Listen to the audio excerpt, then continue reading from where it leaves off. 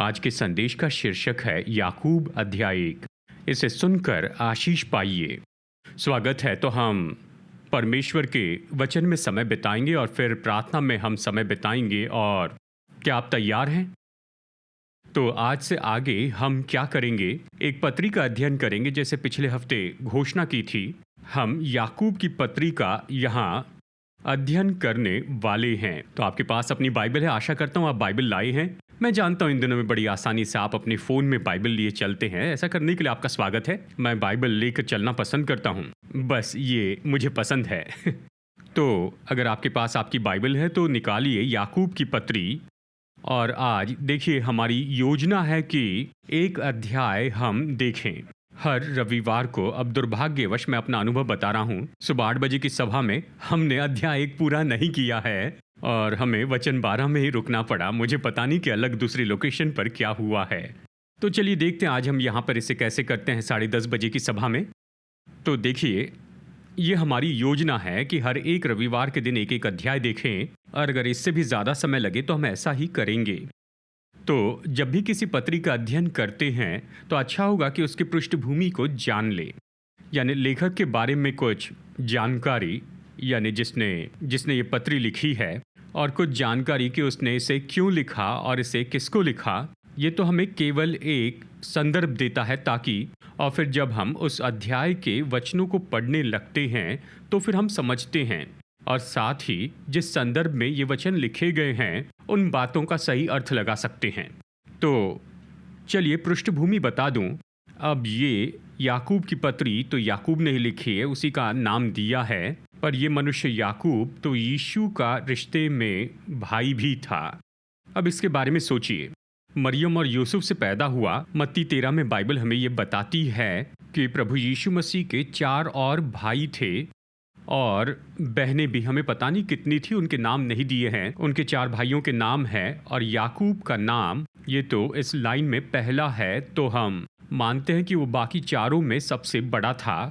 और फिर एक छोटा भी था, जूडा, जिसे हम कहते हैं यहूदा, और उसने यहूदा की पत्री लिखी। तो यीशु के ये 2 भाई थे, याकूब और यहूदा। इन्होंने 2 पत्रियां लिखी जो हम नए नियम में पाते हैं। तो याकूब ने ये पत्री लिखी, वो यीशु का आधा भाई था। तो इस लेखक के बारे में कुछ बात कि वो यीशु के साथ पला बढ़ा। आधा भाई, आप कल्पना कर सकते हैं पारंपरिक यहूदी घर में, यानी कुल मिलाकर 5 भाई थे, पता नहीं कितनी बहनें थी। और देखिए कि यहूदी घर केवल एक सामाजिक घटक नहीं था, पर वो मजबूत धार्मिक घटक भी था। उन्हें सिखाया जाता, वो बहुत ही अनुशासित लोग थे, एक साथ आराधनालय जाते थे, और बहुत ही करीब रहने वाले ये भाई, यानी भाइयों के बीच का ये बंधन, ये बहुत ही करीब थे, और वो तो एक दूसरे के साथ खड़े रहते थे। यही यहूदी परिवार था। अवश्य ही भाई एक साथ पले बढ़े, तो अवश्य ही उन्होंने अपने पिता के काम को भी सीखा होगा। यहाँ इस केस में वो तो एक बढ़ई था, वो इसे सीख चुके थे, और उन्हें बढ़ई के बेटों के रूप में जाना भी जाता होगा, और इस तरह से वो पले बढ़े इस व्यवसाय को सीखते हुए। तो फिर ज़रा मेरे साथ में कल्पना कीजिए कि एक समय में, यानी जब यीशु 30 साल की उम्र के हो गए, वो निर्णय लेते कि घर छोड़ दे और वो शुरू कर दे प्रचार की सेवकाई को, और वो बाहर चले गए। और हम जानते हैं कि क्या हुआ। उसने यरदन नदी में बपतिस्मा लिया, फिर 40 दिन जंगल में बिताए अपनी सेवकाई शुरू करने के पहले।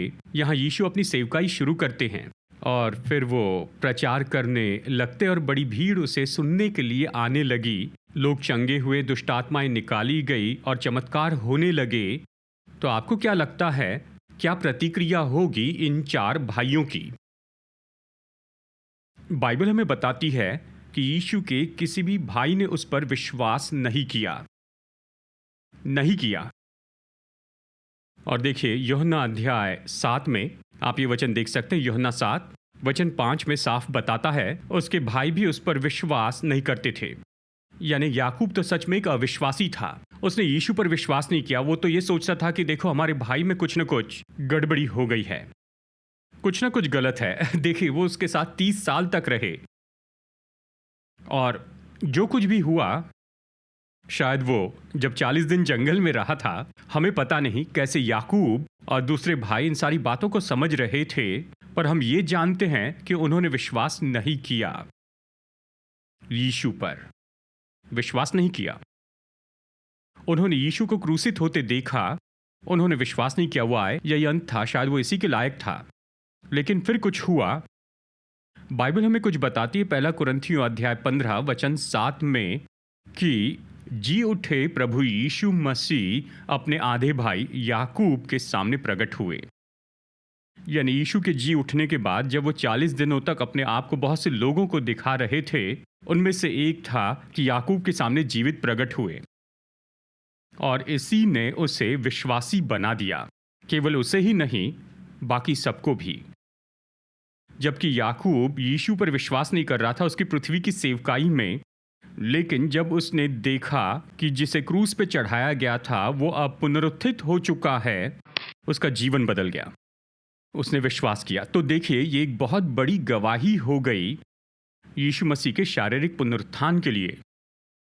जिसने उसकी पृथ्वी की सेवकाई पर विश्वास नहीं किया, वो विश्वासी बना, और इसके पीछे केवल एक ही कारण था कि यीशु जी उठे। और इसलिए आप ये पाते हैं कि यीशु के भाई ऊपरी कोठरी में बैठे थे, प्रेरित 1:14 में। ये सब कई स्त्रियों और यीशु की माता मरियम और उसके भाइयों के साथ एक चित होकर प्रार्थना कर रहे थे। मरियम जो यीशु की माता, और उसके भाइयों के साथ में। तब उसके सारे भाई पूरी तरह बदल कर उद्धार पाए और वो ऊपरी कोठरी में बैठे थे और पवित्र आत्मा के उंडेले जाने की राह देख रहे थे।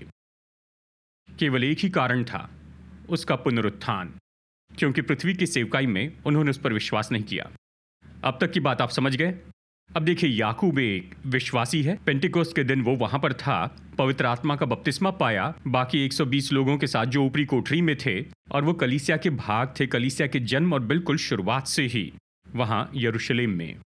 अब देखिए, प्रेरितों के काम में और दूसरी पत्रियों में हम ये देखते हैं कि आगे जाकर याकूब तो एक लीडर बन गया यरूशलेम की कलीसिया का। बहुत से लोग सोचते हैं पतरस अगवा होगा, नहीं, वो तो ऐसा व्यक्ति था जिसका परमेश्वर ने शुरू का संदेश देने के लिए उपयोग किया। पेंटिकॉस्ट के दिन वो ऐसा व्यक्ति था जिसका प्रभु ने उपयोग किया कि अन्य जातियों को भी सुसमाचार प्रचार करे, यानी कर्नेलियुस को। लेकिन यरूशलेम की कलीसिया का लीडर तो याकूब था, जो यीशु का आधा भाई था। और इससे हम जान सकते हैं यहाँ पर प्रेरितों के काम की पुस्तक में, प्रेरितों के काम अध्याय 12 में, जिसका सही समय था ईस्वी सन 44। अगर आपको तारीख पसंद है तो निश्चय ये ऐसे समय बताया गया, इसका अनुमान लगाया है। अगर मसीह का पुनरुत्थान ईस्वी सन 33 में हुआ होगा, कलीसिया ईस्वी सन 33 में जन्म ली, और लगभग 10 साल के बाद में आप प्रेरितों के काम अध्याय 12 में आते हैं। ये ईस्वी सन 44 था, हम ये जानते हैं। हेरोदेस अग्रिपा, उसे मारा गया था, वो साल मर गया। ये तो तारीख और संदर्भ है। तो प्रेरित 12 के उस समय में पतरस याकूब को रिपोर्ट करता है। जब वो जेल से बाहर आता है तो साथी से कहता है, याकूब से कहना कि मैं बाहर आ गया। और फिर हम दूसरों को पाते हैं बाद में प्रेरितों के काम 15 में, और लगभग ये ईस्वी सन 51 था, जब पहली काउंसिल की गई थी यरूशलेम में, जब प्रेरित और सभी प्राचीन यरूशलेम में एक साथ निर्णय लेने के लिए आए कि हमें क्या करना है जब अन्य जाति यानी जो गैर यहूदी हैं मसीह में विश्वासी होते हैं। तो उन्होंने सलाह की, और उस काउंसिल का जो लीडर था, आप देखते हैं प्रेरित 15 में, वो याकूब था। उसने अंतिम निर्णय बताया। और फिर प्रेरितों के काम 21 वचन 9 में, प्रेरित 21 में आप देखते हैं कि यहाँ पर जो प्रेरित पौलुस है वो याकूब को रिपोर्ट करता है, यरूशलेम में आकर याकूब को रिपोर्ट करता है अपनी सेवकाई की। फिर गलातियों 2:9 में, जब गलातियों को पौलुस पत्री लिखता है, वो याकूब के बारे में लिखता है सबसे पहले, बाकी सभी प्रेरितों के ऊपर, पतरस और यूहन्ना के पहले। अब देखिए, इन सारी बातों को एक साथ जोड़े तो हम यही अनुमान लगाते हैं कि याकूब सबसे बड़ा लीडर था कलीसिया में, वहां यरूशलेम में। तो यहां तक आप समझ गए? ठीक है, तो वो कलीसिया का लीडर बन जाता है। वो विवाहित था। 1 कुरिन्थियों 9 बताता है कि याकूब विवाहित था, यानी प्रेरित होकर विवाहित हो सकते हैं। ठीक है, खुश रहें। हाँ, ठीक है।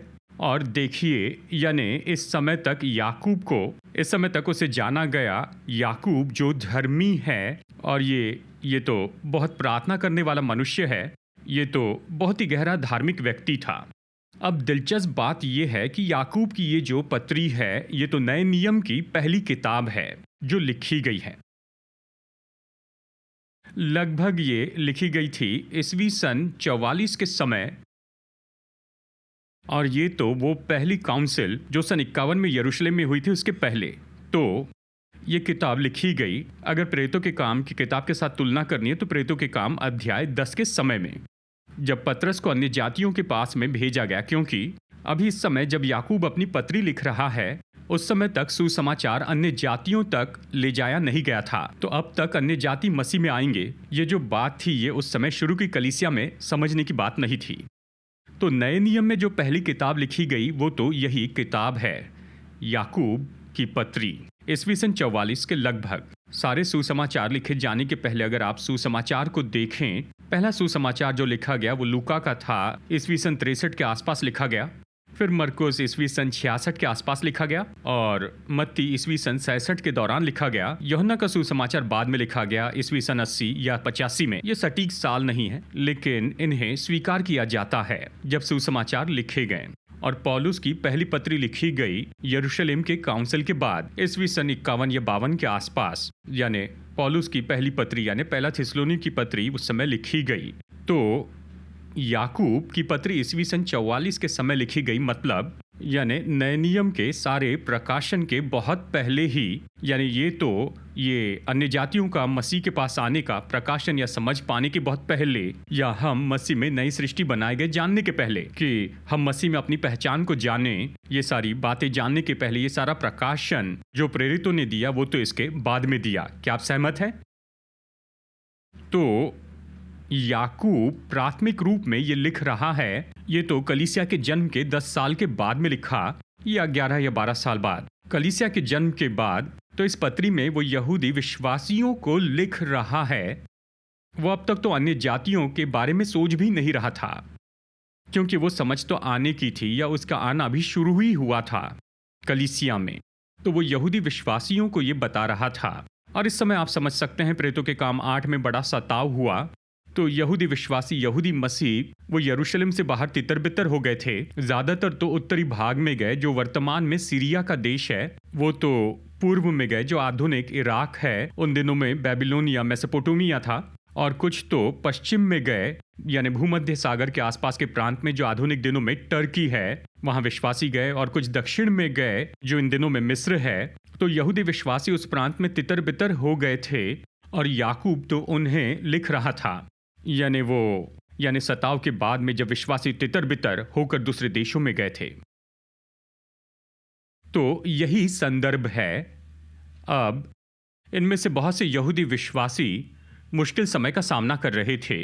पहली बात तो वो दूसरी जगह थे, अपने घर से दूर थे, उन्हें तुच्छ जाना जाता क्योंकि वे यहूदी मत को छोड़कर मसीह को स्वीकार किए हुए थे। उनमें से बहुत से लोगों को छोटे छोटे काम करना पड़ता था। वो अच्छी शुरुआत तो कर सकते थे, लेकिन अब तितर बितर होकर चले गए थे। जो भी काम दिया वो करते थे, वो छोटे छोटे काम करते थे। कई बार वो किसी बड़े यहूदी बॉस के नीचे होकर काम किया करते थे जो कठोर व्यवहार करते थे। तो वो मुश्किल समय से जा रहे थे। तो वो उन्हें लिखता है। याकूब की पत्री में आप बहुत ज़्यादा सिद्धांत नहीं देखते हैं। याकूब की पत्री की सुंदर बात यह है कि ये तो बहुत ही व्यवहारिक है।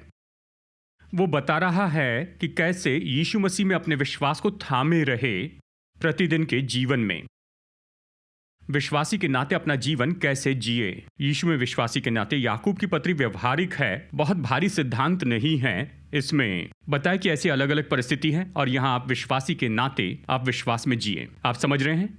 ठीक है, तो चलिए चलते हैं याकूब की पत्री अध्याय 1 और चलिए देखते हैं आज सुबह कहाँ तक जा सकते हैं। तो मेरे साथ में निकालिए याकूब अध्याय 1। हम वचन 1 से शुरू करते हैं। वो यहाँ अपना परिचय देता है। याकूब, जो परमेश्वर के और प्रभु यीशु मसीह के दास याकूब की ओर से उन 12 गोत्रों को जो तितर बितर होकर रहते हैं, नमस्कार पहुँचे। अब देखिए खुद का कैसे परिचय देता है।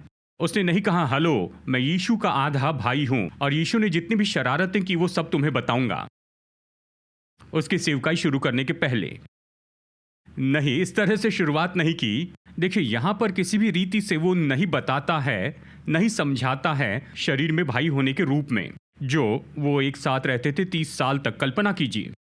वो कहता है मैं तो दास हूँ, मतलब ऐसा दास जिसने अपनी इच्छा से अपने आप को अधीनता में रखा है जीवन भर अपने स्वामी के लिए। यही इस दास शब्द का अर्थ है कि उसने खुद चुनाव किया कि अपने बाकी जीवन भर कि अपने स्वामी की अधीनता में जिएगा, दास के रूप में। कहता है मैं बंधा हुआ दास हूं मेरे पिता परमेश्वर के लिए और प्रभु यीशु मसीह के लिए। देखिए कितने आदर के साथ वो उसके बारे में कह रहा है जिसे वो जानता था, यानी पृथ्वी के संबंध में वो उसका आधा भाई था। कहता है प्रभु यीशु मसीह। और वो सभी सुनने वालों को कहता है, उन सभी 12 गोत्रों को, यहूदी विश्वासियों को जो तितर बितर हुए, नमस्कार। चलिए वचन 2 से 4 तक पढ़ते हैं। पहली बात जो यहां पर बताता है, इसका संबंध तो उनके वर्तमान की मुश्किलों से है, और वो ये कहता है वचन 2 से 4, हे मेरे भाइयों, जब तुम नाना प्रकार की परीक्षाओं में पड़ो तो इसको पूरे आनंद की बात समझो, ये जानकर कि तुम्हारे विश्वास के परखे जाने से धीरज उत्पन्न होता है। पर धीरज को अपना काम करने दो कि तुम पूरे और सिद्ध हो जाओ और तुम में किसी बात की घटी न रहे। तो सबसे पहले वो परीक्षाओं के बारे में बताता है। वो सब इसमें से जा रहे थे, वो बिखर गए थे, फैल गए थे, और जीने के लिए जैसे तैसे काम करना पड़ता था, ये सब था।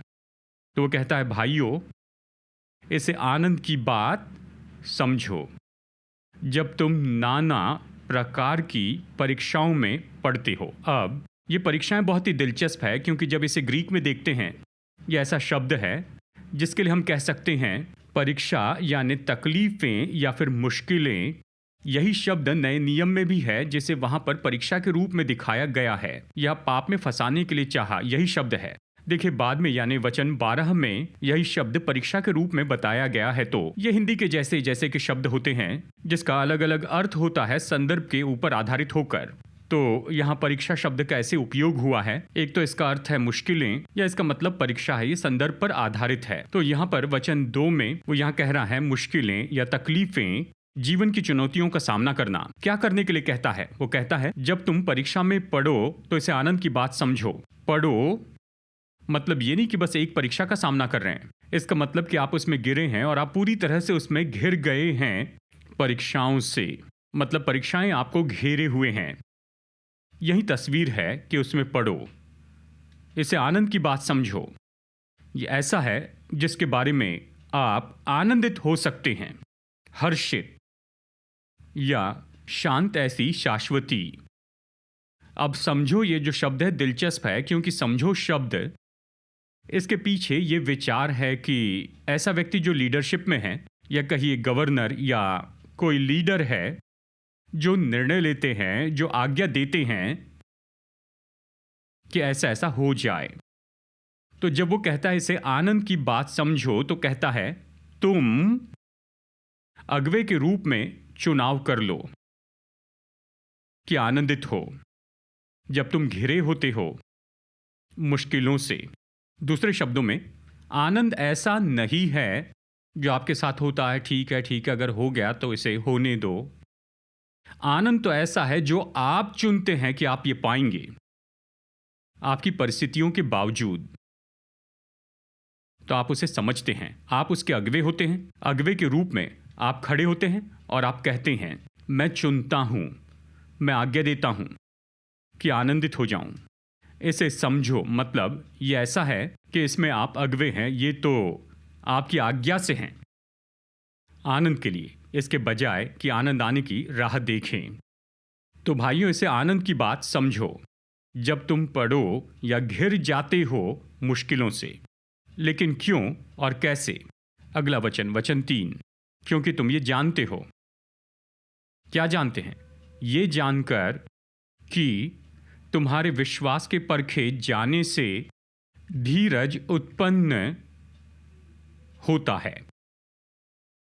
तो जब आपका विश्वास परखा जाता है, परखे जाने शब्द का मतलब है इसे साबित करो, यानी आप इसे साबित करें, इसे जांचें, इसका मूल्यांकन करें, मोल तोल करें।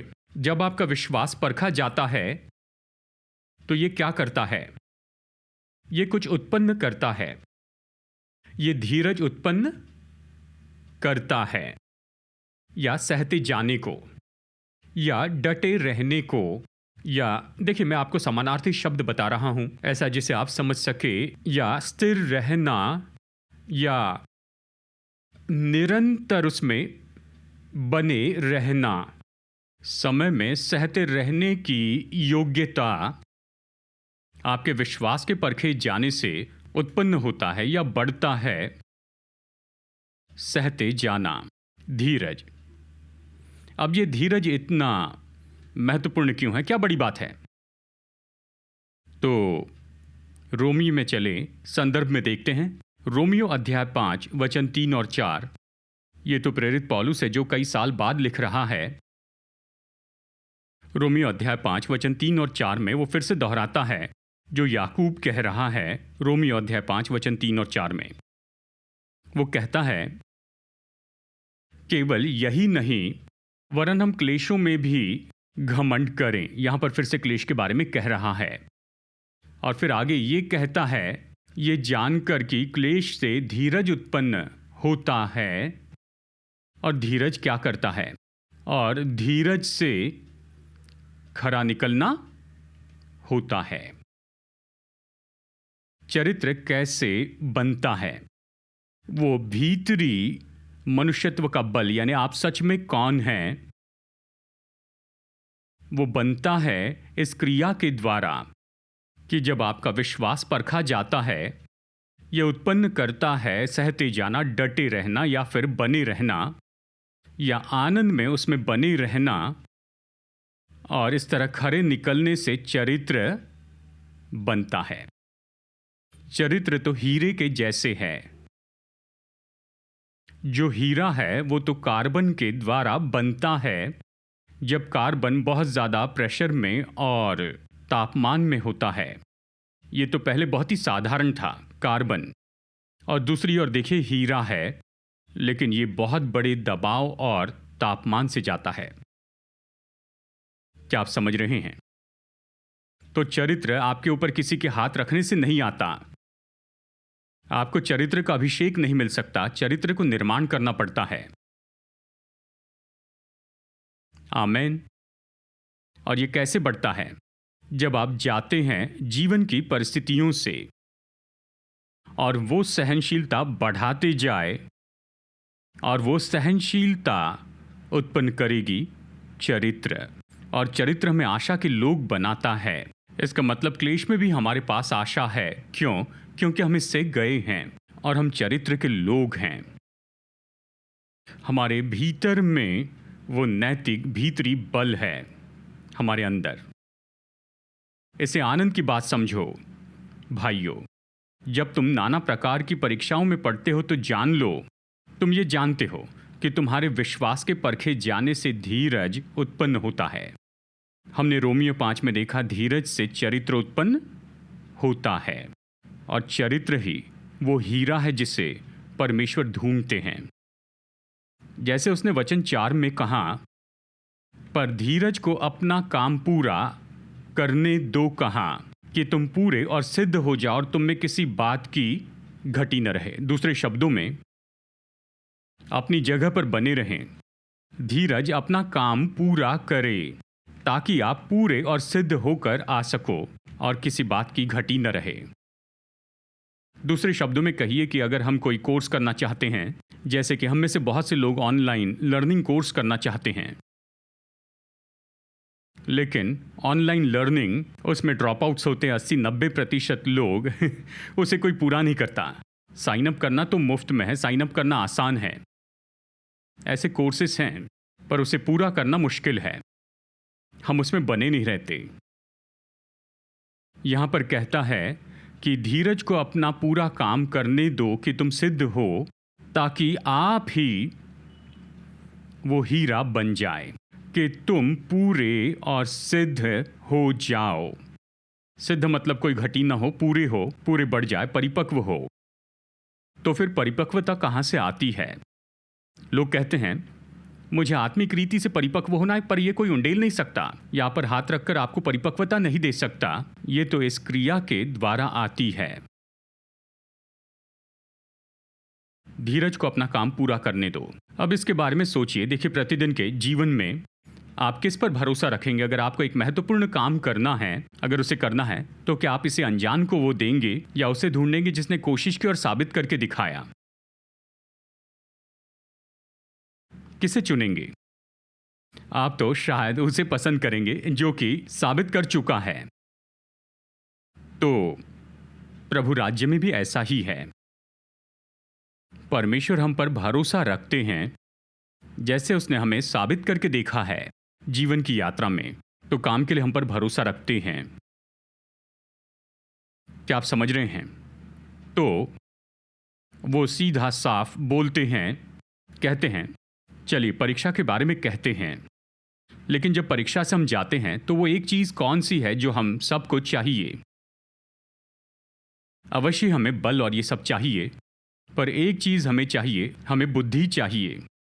तो अगली ही बात जिसके बारे में यहां पर वो बताता है, चलिए अगले कुछ वचन देखते हैं। वचन 5 से 8 तक वो बुद्धि के बारे में कहता है।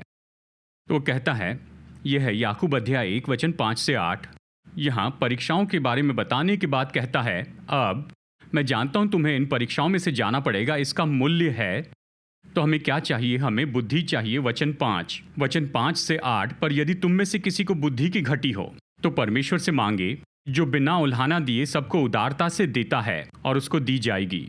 पर विश्वास से मांगे और कुछ संदेह न करे, क्योंकि संदेह करने वाला समुद्र की लहर के समान है जो हवा से बहती और उछलती है। ऐसा मनुष्य ये न समझे कि मुझे प्रभु से कुछ मिलेगा। वो व्यक्ति दुचित्ता है और अपनी सारी बातों में चंचल है।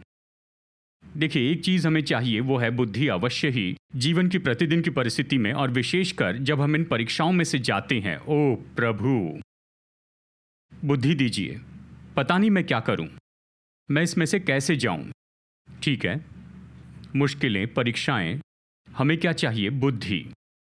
हमें बुद्धि की कमी है। हमें जानना है कि क्या करना है, कि हमें यही करना है। कहता है परमेश्वर से मांगे, और फिर हमें परमेश्वर के बारे में कुछ सिखाता है। कहता है परमेश्वर से मांगो जो देता है। परमेश्वर देने वाले परमेश्वर है। तो चलिए एक साथ कहते हैं, परमेश्वर देने वाले परमेश्वर हैं। ठीक है, वहां से मुझे आवाज आ रही है, पर आपका क्या? परमेश्वर देने वाले परमेश्वर हैं। तो कहता है जिसे बुद्धि की कमी हो, परमेश्वर से मांगे जो देते हैं। परमेश्वर कैसे देते हैं? आगे कहता है वो सबको देते हैं और सबको उदारता से देते हैं और बिना उल्हाना दिए, मतलब बिना डांटे देते हैं। कुछ लोग देते हैं पर डांटते हैं। ठीक है, तुम फिर से आ गए हो 5वीं बार। परमेश्वर ऐसे नहीं है। परमेश्वर देते हैं, सबको देते हैं, उदारता से देते हैं और बिना डांटे देते हैं। वो हमारे परमेश्वर हैं। और ये तो संभव है, यीशु मसीह के व्यक्तित्व में याकूब ने इसे देखा होगा। शायद उसने ये यीशु में देखा होगा। ठीक है, अब इसे एक साथ जोड़ रहा है। उसने यीशु के पृथ्वी के जीवन को देखा और उस समय उसने सोचा होगा ये तो मेरा भाई है। लेकिन अब वो यीशु मसीह को प्रभु यीशु मसीह के रूप में जानता है और ये सब एक साथ आ रहा है। परमेश्वर ऐसे ही हैं। मैंने इसे यीशु में देखा है। मैं अनुमान लगा रहा हूं, लेकिन सोचता हूं यही बात सच होगी। इसलिए उसने लिखा, अगर बुद्धि की कमी हो तो परमेश्वर से मांगे, क्योंकि वो देते हैं, सबको देते हैं, उदारता से देते हैं, बिना डांटे देते हैं। लेकिन कहता है विश्वास से मांगो, संदेह न करो। कहता है अगर हम संदेह करते हैं तो हम समुद्र की लहरों के जैसे जो उछाली जाती है, हम ऐसे बहते और उछलते रहते हैं, आते और जाते हैं, हाँ या नहीं, विश्वास करते या नहीं करते। ऐसा मत कीजिए। विश्वास से मांगे बिना संदेह के। तो देखिए, फिर से विश्वास इस पत्री में महत्वपूर्ण शीर्षक है। आप पाएंगे अध्याय 5 में वो फिर से इसे लाता है, विश्वास के बारे में कहता। प्रभु यीशु मसीह ने हमें विश्वास के बारे में सिखाया कि पिता से कैसे विश्वास में मांगे। तो यहां याकूब ये बताता है कि तुम विश्वास से मांगो और संदेह मत करो। और अगर आप दुचित्ते हैं तो अस्थिर हैं। अब दुचित्ता होना ये एक और शीर्षक है जिसके बारे में अध्याय 4 में याकूब दोहराता है यहाँ ये कह रहा है परमेश्वर में विश्वास के बारे में दुचित्ता होना, और अध्याय 4 में वो परमेश्वर के साथ की मित्रता में दुचित्ता होना कहता है। दो बातों के बारे में हमें दुचित्ता नहीं होना चाहिए। परमेश्वर में हमारे विश्वास के बारे में दुचित्ते ना हो, परमेश्वर के साथ की हमारी मित्रता के बारे में दुचित्ते ना हो। ये दो बातें तो स्थापित हुई हैं। मैं परमेश्वर में विश्वास रखूंगा और मैं चुनता हूं परमेश्वर के साथ की मित्रता को। कोई दूसरा अनुमान नहीं, इस पर कोई दूसरा विचार नहीं। आमेन। तो कहता है दुचित्ते न बनो, विश्वास से मांगे, क्योंकि अगर आप दुचित्ते हैं तो आपको प्रभु से कुछ भी नहीं मिलेगा। तो परीक्षाएं, बुद्धि, विश्वास। विश्वास तो इस पत्री का महत्वपूर्ण शीर्षक है। जैसे मैंने बताया, उसने समझाया कि कैसे विश्वास में जिए जीवन की अलग अलग परिस्थितियों में, यानी वो तो इस पत्री का मुख्य विषय है। शुरू में बताता है कैसे विश्वास का उपयोग करें परमेश्वर से प्राप्त करने में, और भी दूसरे क्षेत्र बताता है जहां पर विश्वास में काम करना है। बताता है कैसे विश्वास जीवन की परीक्षाओं में से जाने में हमारी मदद करता है। विश्वास परमेश्वर से पाना, प्रभु से बुद्धि पाना। अब बुद्धि यह ऐसा विषय है जिसे याकूब फिर से बताता है जब हम अध्याय 3 में आते हैं, और वो हमें वहां पर सिखाता है कैसे परमेश्वर की बुद्धि प्रकट की जाती है। मतलब कैसे बता सकते हैं कि आप सच में परमेश्वर की बुद्धि में चल रहे हैं। ये इसके बारे में बताता है वचन 3 अध्याय 3 में। पर यहाँ वो बताता है कि कैसे परमेश्वर से बुद्धि पाए। क्या करना है? परमेश्वर से मांगे। अध्याय 3 में बताता है परमेश्वर की बुद्धि इस तरह दिखाई देती है प्रतिदिन के जीवन में। क्या अब तक आप समझ रहे हैं? ठीक है, क्या हम आगे बढ़ें? आप सब सिर हिला रहे हैं। मैं सोचता हूं यहां पर रुकने का समय आ रहा है। देखिए वचन 9 से 11। दीन भाई अपने ऊंचे पद पर घमंड करे और धनवान अपनी नीची दशा पर, क्योंकि वो घास के फूल की तरह जाता रहेगा।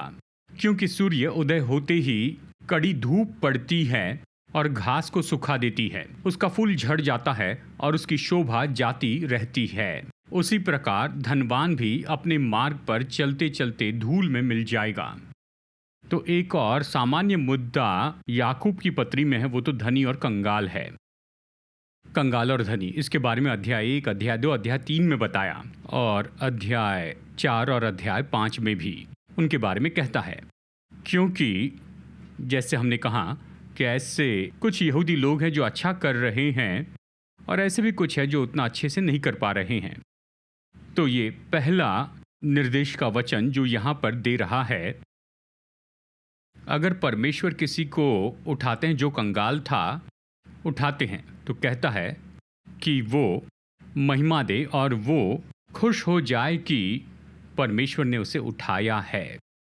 पर धनी से वो कहते हैं कि तुम सावधान रहना कि तुम दीन हो जाओ। नीचा किया जाना, ये नहीं कि परमेश्वर आपको नीचा करेंगे कि सब कुछ मिटा दे, लेकिन आप नम्र हृदय के साथ में चले, वो इसके बारे में हमें सिखाता है। वो कहता है परमेश्वर के सामर्थी हाथों तले खुद को नम्र करें कि वो आपको उठाए। परमेश्वर ही है जो दीन पर अनुग्रह करता है।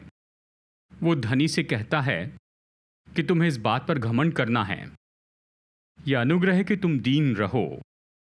और हम कैसे दीन हो सकते हैं? सबसे पहले जानना है हमारे पास जो भी है वो तो परमेश्वर ने दिया है, और दूसरी बात जानना है कि ये सारी चीज़ें बदलती जाती हैं। वो कहता है जैसे सूर्य उदय होता है और फूल सूख जाते हैं, झड़ जाते हैं, तो ये जाती रहेंगी, और इसलिए इन पर आधारित न रहें। ठीक है, तो वो लेकर आता है इस तरह की समझ, मैं ये कहूँगा कि समानता या फिर एक साथ होने की समझ, चाहे धनी हो या कंगाल हो, इसे बार बार दोहराता है अध्याय 4 और 5 में कि यानी परमेश्वर कंगाल को उठाकर उसे आशीष देंगे, और जो व्यक्ति आशीष पाया है कि वो नम्र रहे, उसका हृदय दीन रहे, आपकी महिमा उसी में है। क्या आप सुन रहे हैं? तो इसके बारे में बताता है कंगाल और धनी, और आने वाले अध्याय में इनके बारे में और भी कहेगा। और फिर अगली बात के बारे में कहता है वचन 12 में, और ये तो परीक्षा के मुद्दे पर पूरी तरह बताता है। तो चलिए वचन 12 से 17 तक पढ़ते हैं। धन्य है वो मनुष्य जो परीक्षा में स्थिर रहता है, क्योंकि वो खरा निकल कर जीवन का वो मुकुट पाएगा जिसकी प्रतिज्ञा प्रभु ने अपने प्रेम करने वालों से की है। जब परीक्षा, तो ये ना कहें कि मेरी परीक्षा परमेश्वर की ओर से है, क्योंकि न बुरी बातों से परमेश्वर की परीक्षा हो सकती है और न वो किसी की परीक्षा आप करता है, परंतु प्रत्येक व्यक्ति अपनी अभिलाषा में खींचकर और फंसकर परीक्षा में पड़ता है। फिर अभिलाषा गर्भवती होकर पाप को जनती है और जब पाप बढ़ जाता है तो मृत्यु को उत्पन्न करता है। हे मेरे भाइयों, धोखा न खाओ, क्योंकि हर एक अच्छा वरदान और हर एक उत्तम वरदान ऊपर ही से है और ज्योतियों के पिता से मिलता है, जिसमें न कोई परिवर्तन हो सकता है, न अदल बदल के कारण उस पर छाया पड़ती है। तो वचन 12 से 17 तक परीक्षाएं। अगला विषय कहता है, धन्य वो मनुष्य जो परीक्षा में स्थिर रहता है। वही विचार है। पहले वो परखे जाने के बारे में कह रहा था, अब परीक्षाओं के बारे में कह रहा है। परीक्षा यानी पाप की ओर आकर्षित करना कि कुछ गलत करें। परखा जाने यानी मुश्किल परिस्थिति। कहता है, अगर इसे सह लो, परखे जाने को सह लो, तो परीक्षाओं को भी सहना है। मतलब डटे रहे और उसमें से आगे बढ़े, उसके अधीन न हो, अवश्य ही उस पर जय पाए। धन्य जो परीक्षा में स्थिर रहता है, क्योंकि वो खरा निकल कर। दो चीजें हैं जो हमारे विश्वास को परखती हैं, जिन परखे जाने से हम जाते हैं और जिन परीक्षाओं पर जय पाते हैं। यानी गर्मी होती है और दबाव होता है, परखा जाना होता है और परीक्षाएं होती हैं जो हमारे विश्वास को जांचते हैं, इसे साबित करते हैं। धन्य वो मनुष्य जो परीक्षा में स्थिर रहता है। जब वो परीक्षा में से जाता है या फिर उसे सहमति दी जाती है, तो वो जीवन का मुकुट पाएगा जिसे प्रभु ने अपने प्रेम करने वालों के लिए तैयार किया है। जरा सोचिए, आप प्रभु से प्रेम करते हैं तो इसका मतलब नहीं कि आप परीक्षा का सामना नहीं करेंगे। मत कहिए, प्रभु मैं आपसे बहुत प्रेम करता हूं तो क्यों परीक्षा का सामना कर रहा हूं। धन्य है वो मनुष्य जो परीक्षा सहता है। जब वो परखा जाता है, उसमें से होकर जाता है और वो खरा निकलता है, तो जीवन का मुकुट पाएगा। आप प्रभु से प्रेम करते, इसका मतलब ये नहीं कि परीक्षा का सामना नहीं करेंगे। और अब याकूब हमें ये समझा रहा है परीक्षा के बारे में सच्चाई। कहता है, कोई मनुष्य ये न कहे जब परीक्षा होती है तो परमेश्वर द्वारा हो रही है, क्योंकि परमेश्वर बुराई से हमारी परीक्षा नहीं करते, ना ही वो किसी की परीक्षा आप करते हैं। तो जब परीक्षा हो तो प्रभु पर दोष न लगाएं। फिर वो बाद में कहता है, हे मेरे प्रिय भाइयों, धोखा न खाओ। वचन 16 में, दूसरे शब्दों में ये धोखा खाना है कि परमेश्वर पर दोष दे हमारी परीक्षा के लिए।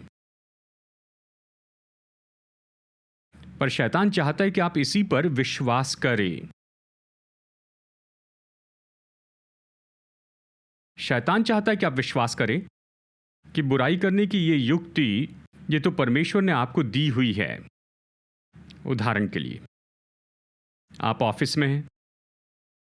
मैं केवल एक उदाहरण बना रहा हूं, आप अपना उदाहरण बना सकते हैं। कहिए कि आप इंचार्ज है फाइनेंस डिपार्टमेंट के या आपके ऑर्गेनाइजेशन के या जहां भी आप हैं, और आप पर लोन है और आपको एक राशि चुकानी ही है।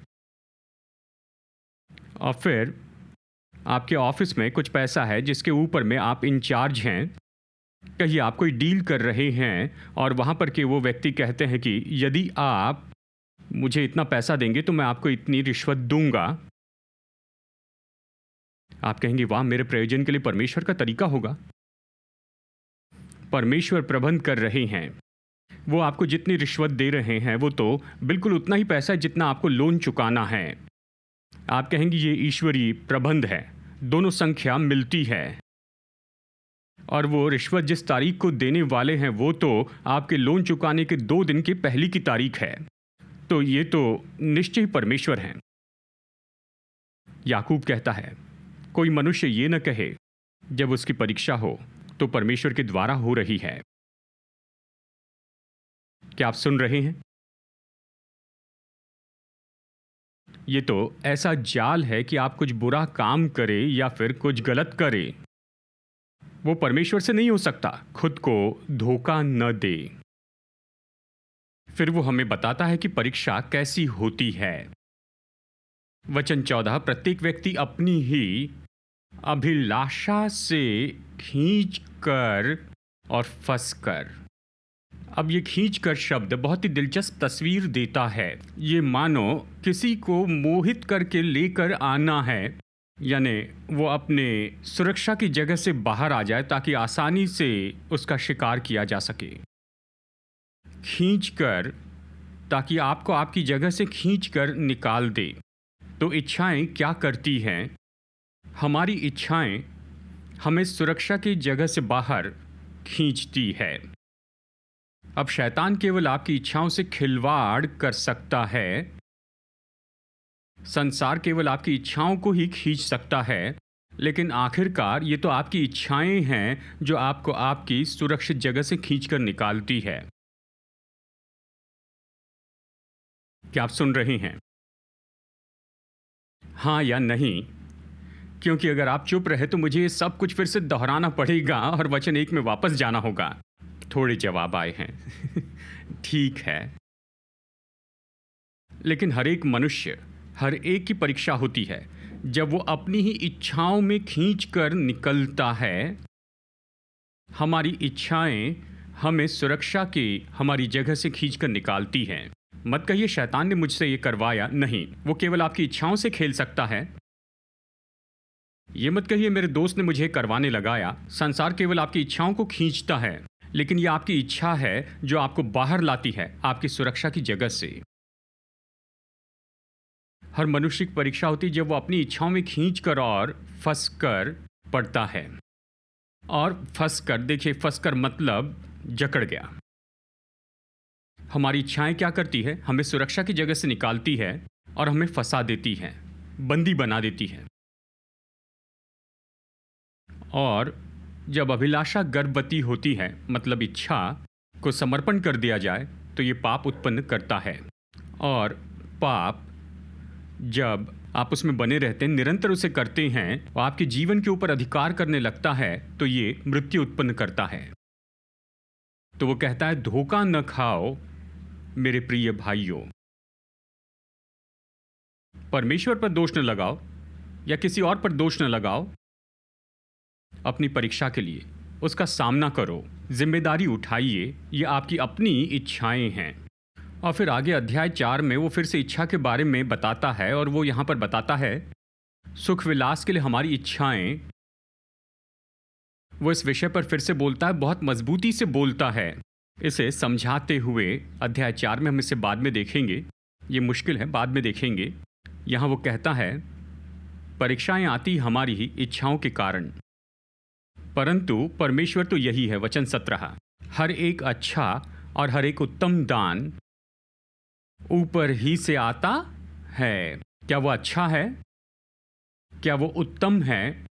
क्या उसमें आदर है? क्या वो सिद्ध है? क्या वो परिपूर्ण है? हर एक भला और उत्तम दान परमेश्वर से आता है। यदि वो अच्छा नहीं, परिपूर्ण नहीं, तो मना कीजिए, वो परमेश्वर से नहीं। हर एक अच्छा और सिद्ध वरदान परमेश्वर से है। इसमें बुरा करने का कोई मोह नहीं, दुष्टता का कोई मोह नहीं है।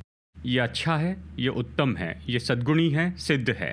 हर एक अच्छा और उत्तम वरदान ऊपर से आता है, ज्योतियों के पिता की ओर से मिलता है।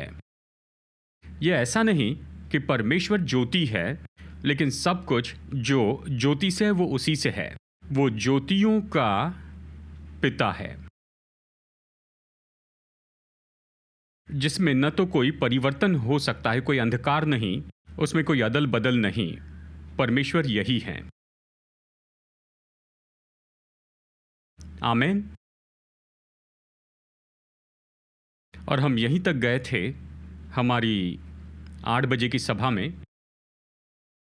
जानते हैं, एक बार पौलुस ने सारी रात प्रचार किया था।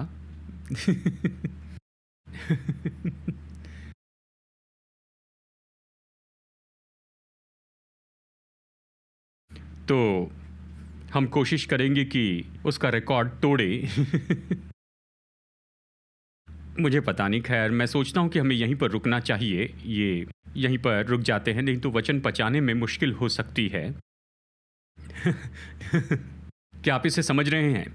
ठीक है, हम यहीं पर रुकते हैं। मैं आपको ओवरलोड नहीं करना चाहता, पूरा अध्याय सिखाना तो चाहता था, लेकिन हम यहीं पर रुकेंगे। लेकिन जानते हैं, परमेश्वर का वचन पवित्र आत्मा के द्वारा अभिषिक्त है और यह हमें स्वतंत्र करता है।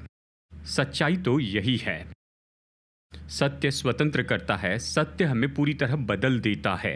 मैं निश्चय जानता हूं कुछ समय में हम प्रार्थना करेंगे। मैं निश्चय जानता हूं जैसे हम परमेश्वर के पवित्र वचन को सुनते रहते हैं और समय निकालकर देखते हैं यह कैसे उपयोगी होता है हमारे जीवन में, तो जानता हूं कि परमेश्वर अपनी आत्मा के द्वारा हम में से हर एक के जीवन में काम करते हैं। मैं इतना हैरान हूं कि कैसे जो याकूब ने लिखा ईस्वी सन 44 में, और उस समय कलीसिया तो केवल 10, 11 या 12 साल की थी अपनी इस यात्रा में, ये आज हमारे लिए कितना उपयोगी होता है। मैं नहीं सोचता कि ऐसा एक भी वचन है जो आज हमने पढ़ा है जिसके लिए हम कह सके ये मेरे लिए उपयोगी नहीं है, एक भी नहीं। हर एक वचन जो हमने पढ़ा है वो व्यवहारिक है हम सब के लिए। हम यहाँ हैं लगभग 2000 से भी ज़्यादा साल के बाद बैठकर पढ़ रहे हैं। ये तो ऐसा है, ये तो आज हमारे मामले जैसा है। जो कुछ भी लिखा है उपयोगी है। ये तो पवित्र आत्मा ही होना चाहिए। आमेन। क्योंकि ये तो अनमोल ऐसे बिना समय के सत्य प्रभु से आते हैं जो अपने लोगों से बात करते हैं। हम अपने पास्टर को बुलाना चाहते हैं। आइए हम सब लोग खड़े हो जाए, परमेश्वर को काम करने दे।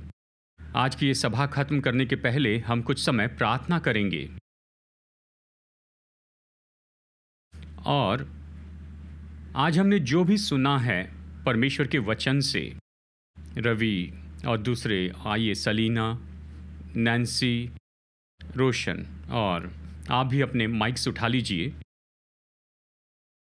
आपने जो भी सुना है, हम जानते हैं हमने बहुत से पॉइंट्स पर यहाँ पर बताया है। याकूब ने बहुत से पॉइंट्स बताए हैं और इन सब में से शायद 1 या 2 या 3 आज आपके लिए कुछ अर्थ रखते हैं। तो इसके पहले कि हम यहाँ से चले जाए, इसके लिए कुछ समय प्रार्थना कीजिए। शायद ये तो परीक्षाओं के विषय का भाग है। शायद ये भाग हो सकता है चरित्र के बारे में, बुद्धि या विश्वास के बारे में, या धनी और कंगाल के बारे में, या परीक्षाओं के बारे में। देखिए, ऐसे बहुत सी बातें हैं इसमें जो याकूब ने हम सबको बताई हैं।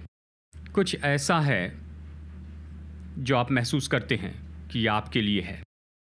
प्रार्थना कीजिए, प्रभु को बताइए, परमेश्वर ये मेरे हृदय से बात कर रहा है और मैं आपके वचन को उत्तर देता हूँ। आप जो मुझसे कह रहे हैं उसे उत्तर देता हूँ।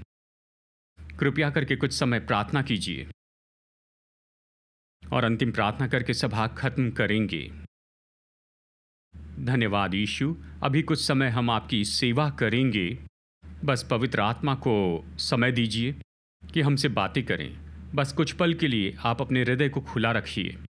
प्रभु सेवकाई करे, प्रभु बातें करें और हमारी सेवा करे। पिता, हम प्रार्थना करते हैं कि हर एक व्यक्ति जो यहाँ से वापस जाए वो आपसे मुलाकात करने के बाद ही बाहर जाए, व्यक्तिगत रूप में परमेश्वर। और जो समय हमने यहाँ पर बिताया है वो योग्य है। कुछ तो बदला है, कुछ तो हुआ है आपकी उपस्थिति में। धन्यवाद प्रभु, धन्यवाद प्रभु, धन्यवाद। मैं बस कुछ बातें आपको बताना चाहता हूं, फिर दूसरे भी सेवा कर सकते हैं।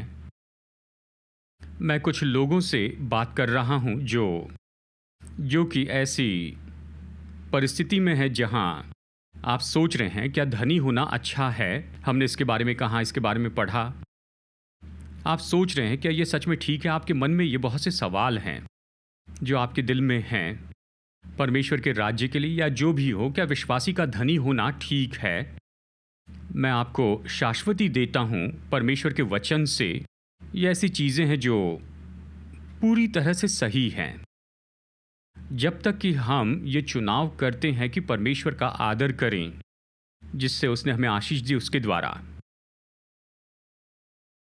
देखिए, धनी होना अपने आप में पाप नहीं है, लेकिन जब धन हम पर नियंत्रण करता है तो ये गलत है।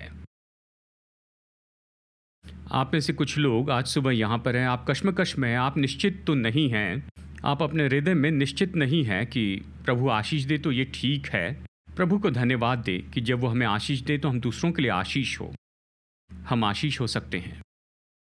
तो आज सुबह प्रभु परमेश्वर आपको इस तरह की आज़ादी दे कि आप प्राप्त करें, धन और संपत्ति की आशीष को पाएं। इसलिए नहीं कि हम खुद पर उसे बर्बाद करें, पर आशीष बन जाएं। यह आपके लिए हो। धन आप पर नियंत्रण नहीं रखेगा, आप उस पर नियंत्रण रखेंगे परमेश्वर के उद्देश्यों के लिए, कि लोगों को आशीष दें, लोगों की मदद करें। अवश्य आप अपनी और परिवार की ज़रूरतें पूरी करेंगे, पर प्रभु हम पर भरोसा रखते हैं धन के साथ, ताकि हम उसके अच्छे भंडारी बन जाएं, उसके राज्य के उद्देश्यों के लिए। तो आप आज़ाद हो जाएं, आज़ाद हो, आशीष पाएं।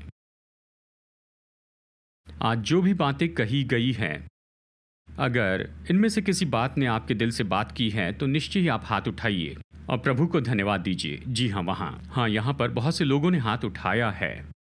बस परमेश्वर को धन्यवाद दे। आमीन। धन्यवाद, धन्यवाद प्रभु अपने लोगों की सेवकाई की और इनकी मदद की। आमीन। तो सभा खत्म करने के पहले आप जो पहली बार यहाँ पर आए हैं, हमारे पास आपके लिए वेलकम लाउंज है और ये यहाँ पर सामने ही है। अगर आप पहली बार यहाँ पर आए हैं या पिछले कुछ रविवार से आ रहे हैं, कृपया सभा खत्म होने के बाद में अगर आप आ जाए फाया में, वहाँ वेलकम लॉन्ज है, वहाँ पर लोग आपसे मुलाकात करेंगे कि आपको जाने और हम आपके साथ में कुछ समय बिताएंगे। तो हम आपसे विनती करते हैं कि आप वहाँ पर जाइए। तो सभा खत्म करते हैं। हमारे पास्टर यहाँ पर उपलब्ध होंगे। अगर आप प्रार्थना करवाना चाहते हैं तो माफ़ कीजिए, पानी के बपतिस्मे के लिए उन्हें जाना है, वो पानी के बपतिस्मे के लिए जाएंगे, लेकिन मैं यहाँ रहूँगा। जो पानी का बपतिस्मा लेने आए हैं, कृपया स्विमिंग पूल के पास में जाइए। सेंट जोसेफ में पास्टर की टीम वहाँ पर जाएंगी, वो आपका इंतज़ार करेंगी। वो शुरू करेंगे और मैं यहाँ आपके लिए प्रार्थना करूँगा और हम सच में सबके लिए प्रार्थना करेंगे। तो सभा खत्म करते हैं। पिता, धन्यवाद कि आज आपने हमारे हृदय से बात की, जीवन को छू लिया। हमारे प्रभु यीशु मसीह का अनुग्रह, हमारे स्वर्गीय पिता परमेश्वर का प्रेम और उसकी पवित्र आत्मा की मधुर उपस्थिति हम में से हर एक के साथ हमेशा होती रहे, यीशु के नाम में। आमीन। संदेश सुनने के लिए धन्यवाद। भरोसा करते हैं कि संदेश आपके लिए आशीष रहा। मुफ्त के स्रोत पाने के लिए, जिनमें है सरमन नोट्स और पब्लिकेशन, पाने के लिए विजिट करें apcwo.org पर। बैंगलोर के APC बाइबल कॉलेज की जानकारी पाने के लिए विजिट कीजिए apcbiblecollege.org पर। याद रखिए, all people's church Bangalore app download कीजिए ऐप या गूगल प्ले स्टोर से।